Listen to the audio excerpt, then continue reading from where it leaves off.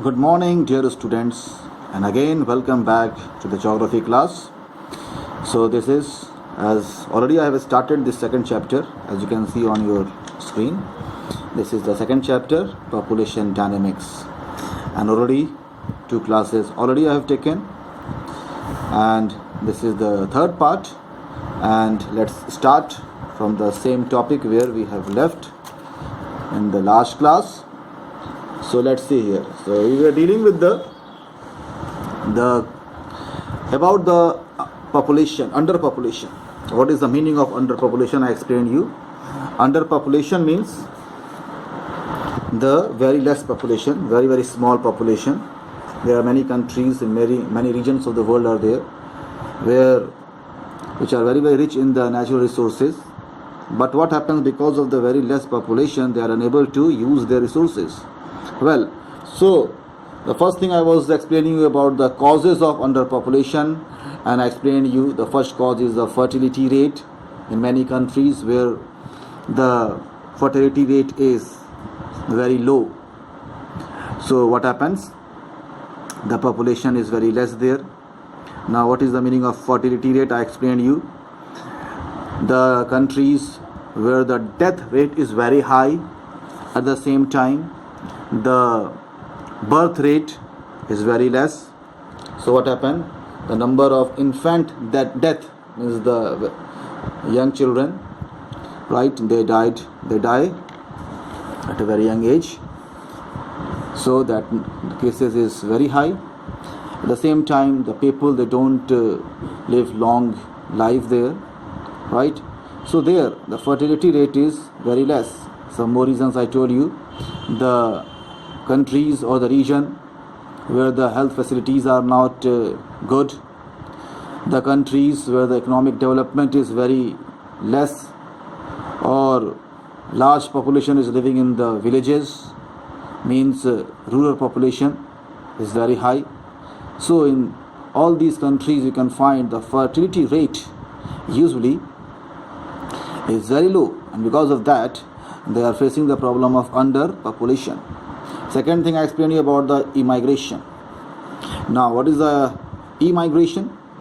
When the people, they leave some country, and a large number of people, when they leave their country and they just migrate to some other countries.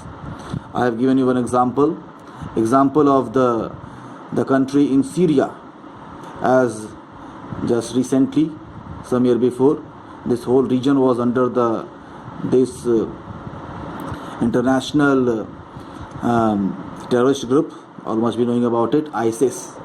So the ISIS, they have captured the whole region of Syria, and as these ISIS, these terrorists, they started persecuting the people there, a large number of people, so they have left their countries and they just migrated to Europe and some other Asian countries. So this is called immigration. Now immigration is caused by two factors. I explained you. The first is the push factor, second is the pull factor. Now what is the push factor? As I have given you an example, when from country like Syria, large number of people, because of the terrorist activities, when they have left their countries. So this is a example of which factor? This is a push factor. That factor actually is pushing these people, and that's why they have left their countries and they have just migrated to the nearby countries for their better future. Second thing is the pull factor. Now most of you must have heard about this, the people from the Bangladesh. So as in our country also we are facing this problem, in which a large number of Bangladeshis, actually, they have crossed the border, international border, and they have entered in India. They don't have the citizenship of India, right? But still, because they look like Indian, they resemble like Indians, and they speak the Bangla language, which has been spoken in West Bengal. So they very easily they mingle among the local people, and they are living there. Now why these large number of people, they usually migrate to India? Because of the better life, for the better future, better job, as they get so many good job, and especially the earning, they have a higher salary they get, even a small job, anything what they carry, suppose maybe as a servant, if they work in some house, whatever wage they get here in India, that is much higher than the wage, that money in their country, in Bangladesh. So that is one example of this factor, pull factor.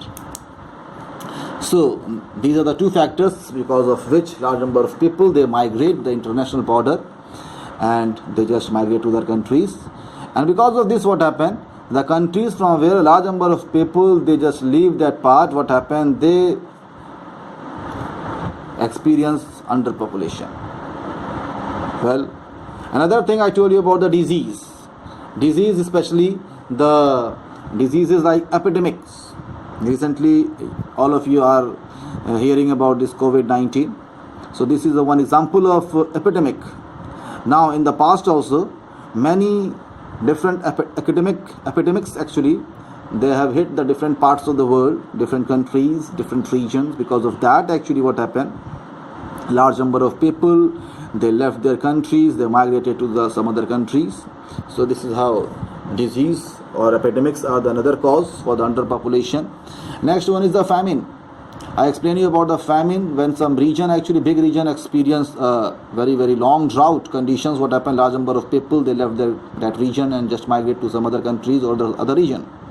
That example of famine. And because of that also, what happened, that region start facing the problem of, that is, underpopulation. So these two causes we have seen in the previous class, and I have also explained one problem, that is the uneven distribution of population. So the next topic is the problem of underpopulation. How this underpopulation creates a different types of problem. First thing actually is the uneven distribution of population. Now example I have given you here, within the Rajasthan or maybe Madhya Pradesh, there are some areas where the population is very less. Now why actually? Now example, if you find example of Madhya Pradesh. In Madhya Pradesh there is one region, we call it Bundelkhand. Bundelkhand means the Jhansi and the surrounding region. This whole region usually known as the Bundelkhand. In the past actually what happened, some years ago, this whole Bundelkhand region, it experienced a very long drought conditions, that is about 6-7 years continuously. And what happened, many people from the villages, they just migrated to the other parts of Madhya Pradesh. So they just migrated in the country, in the state, but they have just migrated to the other parts, like in the other parts of Madhya Pradesh, or maybe they have migrated to Jharkhand and some other states, even some big cities also. And because of that, what happened, the population has decreased there. Where? In Bundelkhand region. So this is a reason, this is a one problem which can be faced by the underpopulation, that is uneven distribution of population, right? So second is the remoteness. Now remoteness also is a one very important reason, that is also one problem caused by the underpopulation. Now example, if you take an example of Ladakh, you must all have heard about Ladakh. Ladakh is a very beautiful place, but the thing is actually the climatic condition is very hard. In the winters are very long, and this whole region experience the very less rainfall. That's why population also is very less population. And because of the very difficult terrain, that is the difficult topography, because it is a mountainous region, and it is very difficult to build to construct road or the railway network. Well, there is no railway line there, but some roads are there, but very few, and they are also not in a very good condition. So this is why actually, because Ladakh actually is situated very far from the other part of our country, and that's why it's very difficult to go there. And because one more thing, now suppose if the government actually, if they would like to build any road or the railway network, then it will be not profitable for them, right? Why? Because the population means the number of people living in Ladakh, they are very less. And because of that actually no development can be carried. If any railway line can be constructed, so what will happen? The railway will be in the loss, They will not get any profit. And that's why this region actually is situated in a very, very remote area, very, very far from the city areas in our country, within our country in India. That is the remoteness. So remoteness actually is the one problem that is caused by the underpopulation. Next is the underutilization of resources. Well, underutilization of resources, if you see the example, there are many examples can be given to you. Now, if you find there are about the Himalayas. Now, Himalayas as a mountain, it is also very, very rich in many minerals. There are the many minerals are found in Himalayas, but in a very, very interior parts of Himalaya, very, very high mountains, in a very, very difficult places. And as it is very difficult to reach these places, population is nil. Not less, but very nil, means nobody lives there. So it's impossible to extract the mineral from these places. Though these places actually they are having a very, very large amount of minerals, deposit of minerals are found here.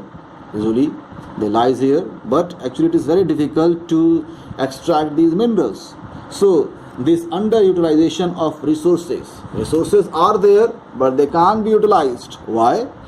Because of the less population, underpopulation. So this is another problem.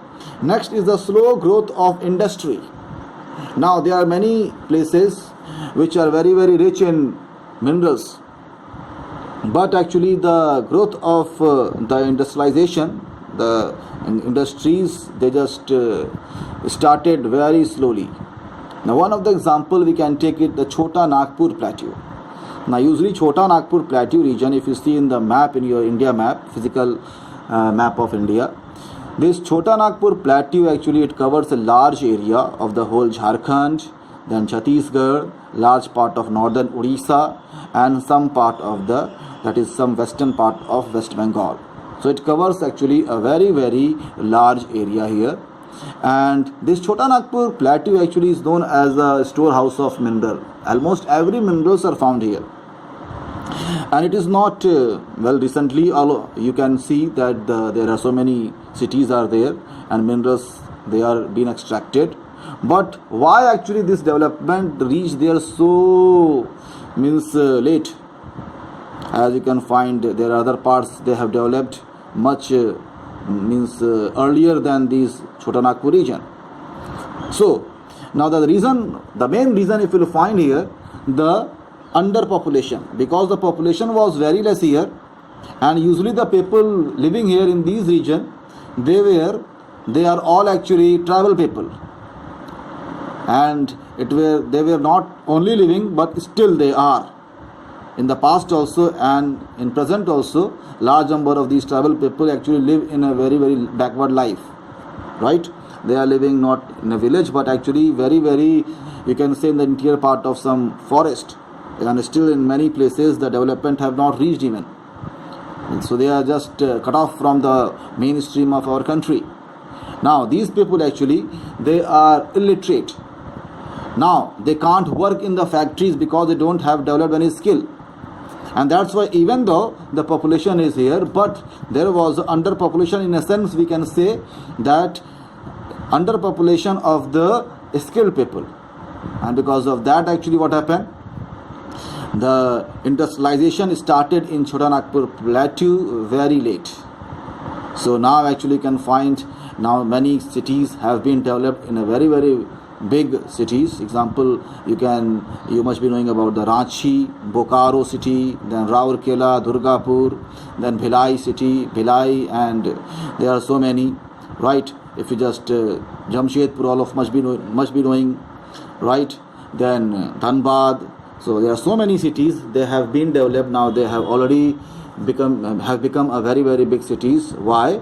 Because large number of people. Because what happened when these industries were being established in these places in Chota Nagpur Plateau, different cities. So what happened? Large number of people from the other states, they migrated to these places, and this is how actually what happened. These all industries, they get the workforce to work there. So the reason what I was explaining you here, the problem of underpopulation. So I explained you, well, population was there, people were there, but large number of people were tribal there, and they can't be utilized in the industries. So what happened? So when the industries they started there, so at first actually this growth of this industry was very very slow. Why? Because they need the skilled population, and the Chota Nagpur region, the whole region, they lack the skilled population. So this is one reason, one problem I have explained you.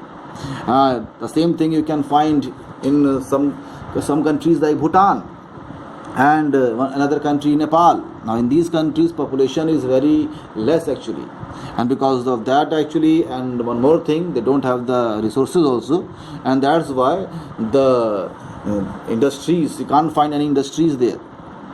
The growth of the industries is very very slow there. Well, another problem is the climatic problem.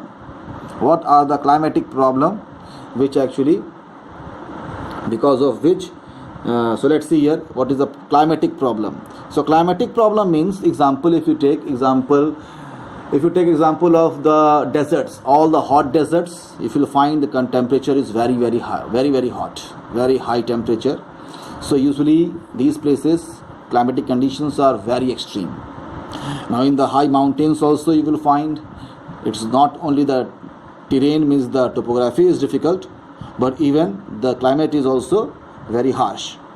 And you can take an example of Tundra region. So there the winters are very long and very very extreme cold conditions is being experienced there, and because of these climatic problems, what happened? Population is very very less. So this underpopulation, right, which can cause the problem, or which can be actually this can be caused due to some problems. So you can find here these are some problems. What are they? Uneven distribution of population, remoteness, underutilization of resources, slow growth of industry, and climatic problems. So next thing I'm going to show you about the impact of underpopulation. So let's see here about the impact of underpopulation. So the first point you can see here on your screen. The first point is the unstable economy. Second, labor shortage. Third is the decrease in pollution. Now here let's see here. Well, the first, if you see here, the unstable economy, it is a negative impact. Labor shortage, it is also a negative impact. But the third point, if you will find, decrease in pollution. Now this is the positive impact of underpopulation. So we can say that the underpopulation not only have the negative impact but also have some positive impact. So let's see here one by one. The first is the unstable economy. Now I told you the large population, they also develops a big market, and this big market, it attracts the, first of all, many companies. Big market attracts many manufacturing companies, industries, first of all, to supply the goods there. Why? Because there is a big demand. Why there is a demand? Because of the big population. So when some region which is actually is having underpopulation, means very less population, so the market also is very less, and so nobody, means no company want to just send their goods here because there is no demand, and very less amount of good actually is needed here. In that actually they need a big transportation cost, right? When the small amount of goods actually is sent to a long distance, what happens? The transportation cost increases, and that increases the whole cost of that product. And because of this actually, what happened? The unstable economy. So here actually, because population is less, and that's why demand is less, that's why you can't find big markets there, that's why no company or nothing means nobody, no manufacturing company even wants to send their goods there. Why? Because it can be a very, very expensive, because the cost of transportation can be very high. So that actually all impact, all these points actually, all these things together, they affect the economy, and that's why unstable economy. You can find this in some countries like Nepal and in Bhutan. Their economic condition is very, very low. Why? Because of this reason. You can find some more, many example of Afghanistan. You can find. You can see some CIS countries. Means CIS countries means some countries which were the part of Russia, but now they are been separated, like Azerbaijan, Uzbekistan, right? So all these countries actually, there you will find this economic condition. They have a very, very unstable economy. Why? Because they are having the underpopulation. Population is very less. Second is the labor shortage. Now, even though suppose in some countries, in some region where the population is very less, if anybody establish some industry or open some factory, so what happen? They will face which problem? Labor shortage. So one example I have given you. In Chota Nagpur Plateau, what happened? In beginning, when some industries were established there, so they face which problem? The major problem they face there, the problem of the labor shortage. Which type of labor? Skilled labor. Now people were there, but they were all tribal people. They don't have any skill. Difficult for these means companies or the industries to just use them. So what happened? They hire the labor from the different states, large number of people from UP, from Bihar, from West Bengal, from Maharashtra. They all actually migrated to these places. Well, so this is the one problem, labor shortage. Another is the decrease in pollution. Now this, I told you, this is a positive impact of underpopulation. So now where the population is less, so you can see one thing, that pollution also will be less. So this is why you can find decrease in pollution. Pollution level will be less in all the sense. Air pollution, maybe water pollution, or maybe soil pollution or noise pollution. So all these places where the population will be very less, usually will be a very, very calm and quiet place. And usually we are having the very, very healthy climate.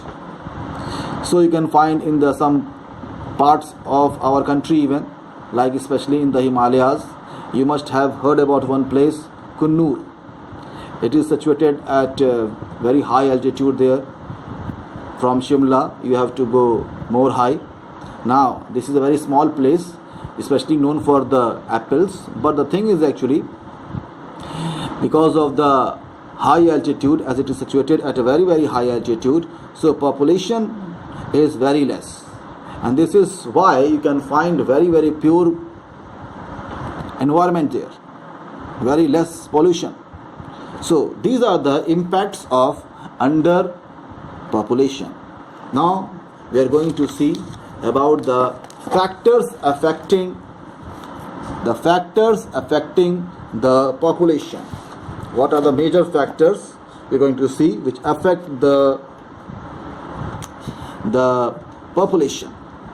But before that, let me just show you one map which shows about the population density of the different countries. So you can see here, I think I have shown you this map, right? See the dark colors that show very, very high density, and the light color, it shows a very less density population. So well, now let's start with the point here. First point is the climate. How the climate affects the population. Already I explained you this thing. Now if you see the places which actually are having a very, very good climate, moderate climate, so you will see the population also very high, because most of the people, they want to live in those places where the climatic conditions are good. That is why the coastal area, which actually experience a moderate type of climate, will find the population density very high. So this thing you can find the Europe actually usually is a very high density of population. What is the reason? Because Europe, it experienced very good climate, especially the Western Europe. The Western Europe, usually because it has been influenced by the westerlies. Westerlies are the warm winds and the warm ocean currents. Because of that, the condition there in the Western Europe is very, very moderate.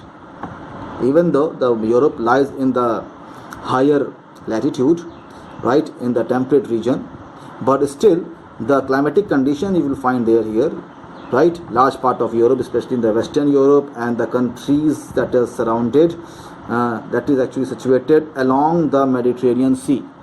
Because they are being influenced by the sea and the ocean, that's why climatic condition is moderate, and this is why you can find population density very high there. But at the same time, if you take the example of tundra region or hot deserts, you will find even the example of Antarctica, right? So because of the harsh climate, extreme climate, right, population density is very less. So this is how climate affects the population. Next is the topography or landforms. Now you will see all the plain lands, usually all the river plains, all the river valleys actually are the plain region. Maybe the plain of Ganga or plain of Yamuna, plain of Indus or Brahmaputra, river Huanghe in China, right, or maybe Mekong river there in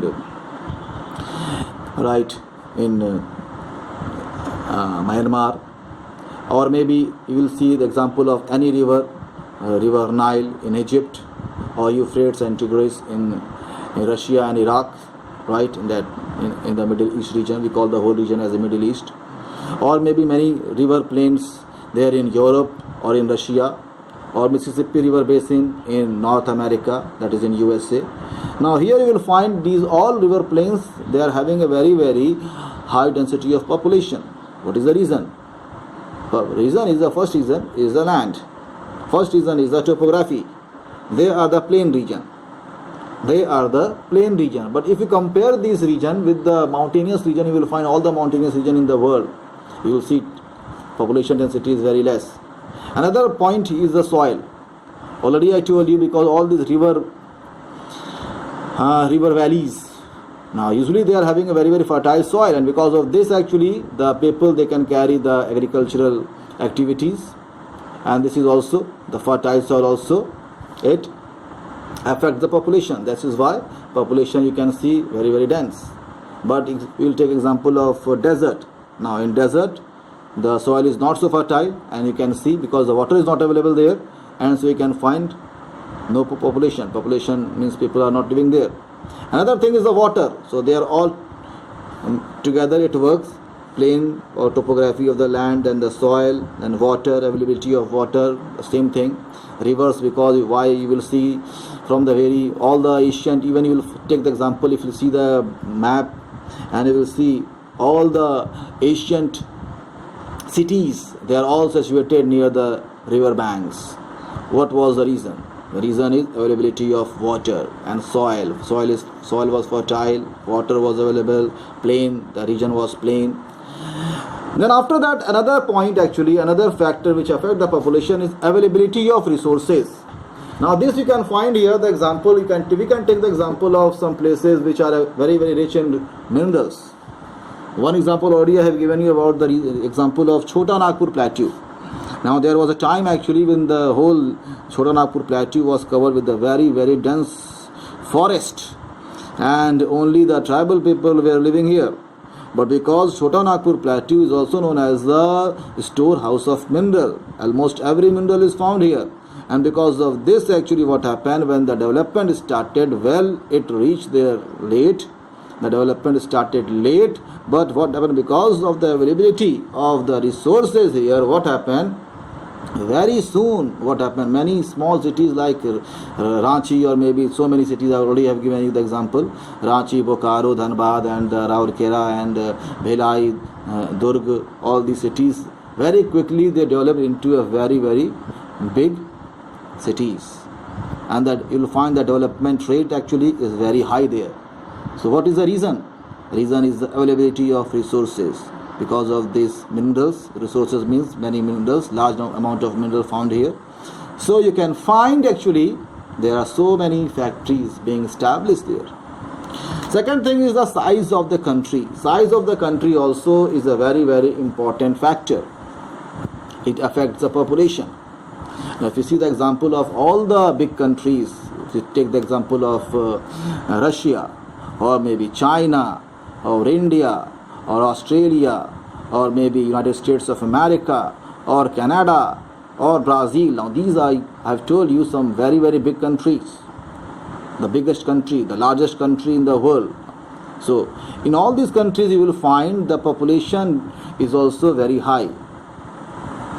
In fact, if you will find here the two countries like India and China, so they have the highest density in the world and they are the big countries.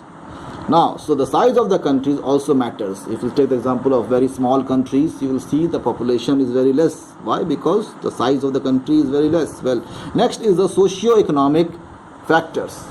Socio-economic factor is a very, very important thing. Now, what is a socio-economic factor? Socio-economic factor means the economic condition of that country. The economic factors means the agricultural activities, industrial activities or progress. Then the another thing actually is the cultural, social and the political factors also influence the population distribution. So altogether, which factors? First is the economic factor, second is the cultural factor, third is the social factor, and next is the political factor. Together they also influence the population. Now how? Already I explained you this thing in so many points. I explained you wherever the economic condition is good, right? Economic activity is very fast, right? Developed economic condition, or social structure is good there, so you will find population very high. Now social, let me give you an example of social. Now suppose you will take a sub example of the places in northeast India. Then we can take some more example of some region in Chota Nagpur Plateau. Now there are some areas where they are facing the problem of the local terrorism, right? And because of that actually, right, what happened? The large number of people, they don't want to live there. Already they have migrated to some places. So this is called social factors, socio-economic factor. It also affects the population. One example I have given you, the example of Syria there, that how the large number of people, they just migrated to the other countries. Why? Because of the terrorism. Next is the geographical location. Now geographical location is the another very important factor, and that also affect the population. Now here if you will find there are some countries, if you find some very, very small countries. You may have heard about one island country, Singapore. Singapore actually is a very, very small island. Now they don't have any resource, only one thing, fishing. So usually it should be very, very backward country. It is a very small island and it is a separate country also. But Singapore is a very highly, one of the very highly developed country. Now what is the reason? Reason is the location. If you find, see the map of the world, and if you find there Singapore, so Singapore is situated there near the Philippines island, near the Malaysia, Indonesian islands there. That is, whole region is southeast, South China Sea. That sea is called South China Sea. So in that actually, Singapore is also situated somewhat below. It is a very, very small island. But the thing actually, it has a very strategic position. How? Because it provides a port for the so many ships, big ships, which used to carry the large amount of goods. So because of its location there, right, it is situated there. You will see it is It is very very close from India, from China. It is close from Malaysia, Indonesia, even Australia. So all these countries are very very close from here, and it provides one halt, means one port there, so that all these big ships carrying the large number of containers, goods actually, they can take a halt there. And this is how actually this Singapore have developed into a very very prosperous country. It is a very small country. So what is the reason? Because of the good economy, the population also is very high here. So what is the reason? Geographical location. So we have seen here the factors: climate, topography or the landform, soil, water, then the availability of resources, size of the country, socio-economic factors, and geographical location. How these factors they affect the population of any country. Now next topic we are going to see about the population change. What do you mean by the population change? So let's see here the population change. Now population change, as you can see in your on your screen, it is given here. I shown you the population change, right?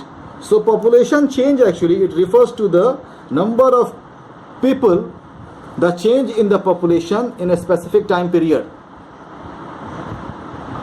How? Suppose whatever change takes place in the population in 1 year, or maybe 2 years, or maybe 5 years. Now usually we take it as a decade. How much population changed in 1 decade? Decade means 10 years. So after 10 years, whether the population has gone down, means decreased or increased, and how much it has increased or decreased, that change of population, that change is called population change. But usually in the study of population, usually we take it as a decade change. So usually this is also called decadal population change. So usually in all the population studies, we just take this population change according to the decade. Means in after 10 years, whatever change occurs there in some specific part of the world. So this is also known as the decadal population change. Now this population change, it depends upon two very important factors. Now there are so many factors are there, it affects it. But two most important factors which affect the population change is the birth rate. The first is the birth rate, and the second is the mortality rate. So birth rate and mortality rate. What is the meaning of birth rate and mortality rate? Now let me explain you. Birth rate, all of you know. Suppose in some country, if birth rate is very high, every year large number of children they born. So usually what will happen? Population will become very high very soon. But if some country or region, the number of births taken there is very less, it means, or very less, suppose much less. So that means the population is increasing with a very slow rate. Now usually what is the birth rate? You can see in on your screen. So it is given there. The birth rate is the total number of live birth. Means you can say the number of birth taken per 1,000 people is called population. It's called the birth rate. So what is the birth rate? Number of birth that is been taken, live birth per 1,000 people, that is called birth rate. So always the birth rate is calculated by the number of birth per 1,000 people. Now next is the death rate. Now death rate, as you can see, it is also called mortality rate. Now what is the mortality rate? Suppose if any country, large number of people they die every year, large number of people, it means the population is going down. But if the very less number of people die every year, it means the population is increasing, because every year the birth rate is high, so newborn children are increasing the population. But the old people, actually what happens there? their life expectancy has increased. Now, because now they are living a much longer life.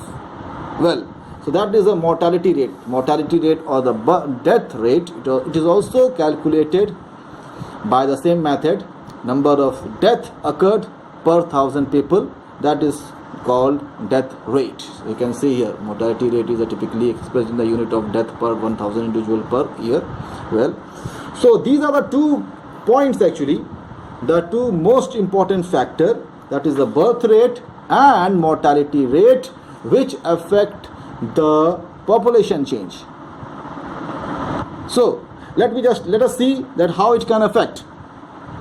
Example, now suppose if the birth rate is very high, means number of newborn children, so every year they are increasing the population, but death rate is very low. It means the population density of that country or region is growing very rapidly. That region or country, they are experiencing a very fast growth of population. But suppose one more case.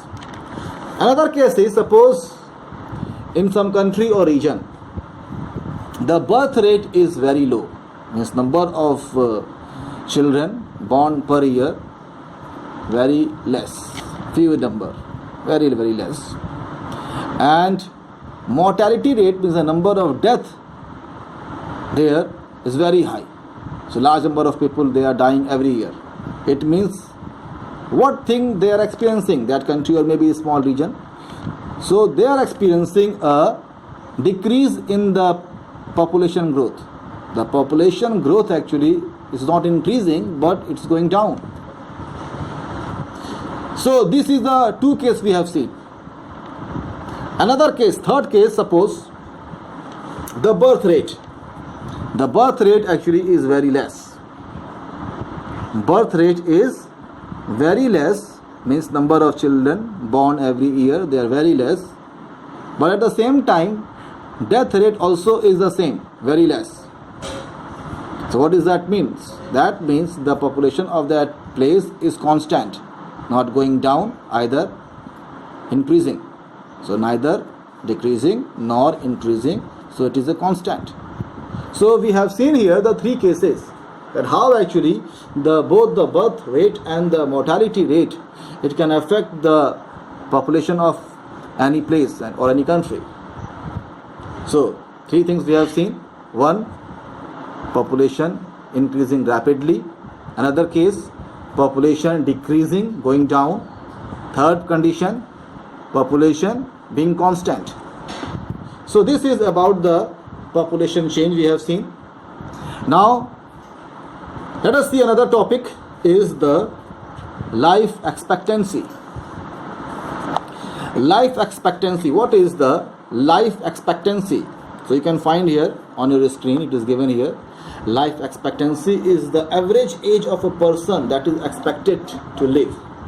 Now if you find, there was a time actually when in the 1950s, just after the independence, so usually the average age of our country was less than 60 years, because most of the people, they die as they reach to 60 age. Why? Because at that time the proper health care was not available. Now they don't get a good nutritious food, most of them, because large number of people, they were living in the rural areas and they were very poor. So large number of people, because of the lack of proper medical facilities, proper nutrition and proper care, other cares also, government also don't have the plan there to look after them. So what happened? The people, they used to live, most of the people, the average age was below 60 years. But what happened in 70s and 80s? So this average age has increased up to 70, close to 70. But now at present, if you'll find, it has increased more. Now you can see many people around your house, in your family, or maybe in your household, or maybe in your neighborhood. Some people, they are already, they have crossed 90 years, right? So why it is? That is because of the good health care, health facilities, good nutrition, good care taken by the family, by the government also. They are having so many plans. So this life expectancy, this is called life expectancy. Now with the development, one more thing has increased, that is the life expectancy. The average age of the people now, it is increasing. Now I can give you one example of Japan. All of you must be knowing about Japan. Now Japan, actually, they are facing one problem. Which problem? The problem, actually, they are facing the problem of the average age of the Japanese, it is increasing. Now what is the average age? Let me just explain you. First of all, when we take the average age of any country, so in that, actually, all the age group were joined together, and then it is divided by the number of people living there, we get the average age. Now in that, actually, the population of the old people, it is very high in Japan, but the population of young people is very less.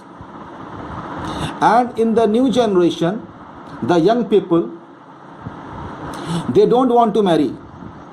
Now in Japan, there is one fashion among the young people. They want to live single. They don't want to get married. Why?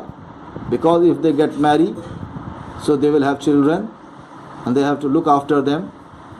And because the living condition in Japan actually is very high. Now most of these young people, actually, they are very they have a very high thoughts. They are very ambitious.